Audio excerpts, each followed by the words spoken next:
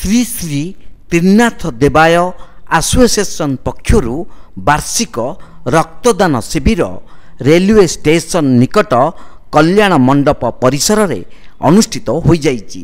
एही शिविर रे मुख्य अतिथि भावे राज्यसभा सांसद सुभाषिष खुंटिया जोग देइथिबा बेले सम्मानित अतिथि भावे Khordha east coast railway DRM HS Bajwa, Puri east coast RPF OC Aparesh Behera, Puri travels association सभापति गिरीश चंद्र नायक जोगदे कार्यक्रम को भूयसी प्रशंसा करथिले।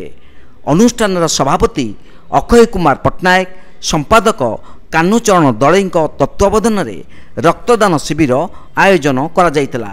एथिरे 83 यूनिट रक्त संग्रह करा जायतिला। अनुष्ठान कोषाध्यक्ष मधुसूदन प्रधान, सह संपादक शशिकांत राव, सदस्य अजू, राजा, टंक, शक्ति, श्याम, बुबू, जगा और गोपीनाथ स्वाई समेत अनुष्ठान समस्त सदस्य माने शिविर परिचालन रे सहयोग करथिले। ट्रैवल एजेंट पुरी द्वारा प्रत्येक वर्ष भली मध्य ए वर्ष रेलवे कल्याण मंडप ठारे रक्तदान शिविर आयोजन करा जायछि। रक्त भंडार मानकरू रक्त अभाव को दूर करबा पई एक अभिनव प्रयास करछन्ती। निहाती पक्षे यह एक स्वागतयोग्य पदक्षेप। समस्त को निवेदन करबी आसंतु करिबा रक्तदान बंचाइबा जीवन। आज त्रिनाथ देवा जो ट्रावेल महासंघ तरफ जो रक्तदान रेलवे कल्याण मंडप अनुष्ठित होचे, ये अन्य मानक पे माने आदर्श जे तांकर निजर प्रोफेशन करिया सते सते सामाजिक प्रतिबद्धता रे समान अन्यर जीवन बंचाई निजक उत्सर्गित करछन्ते रक्तदान करी। सेथि पई जो माने आज रक्तदान कले जो ट्रावेल महासंघर सदस्य माने एवं तांकर पेशेंट आज रक्तदान करूछन्ते एवं सब कर्मकर्ता माने ये गोटे अन्य मानक पई आइडियल हेबे, एग्जांपल हेबे।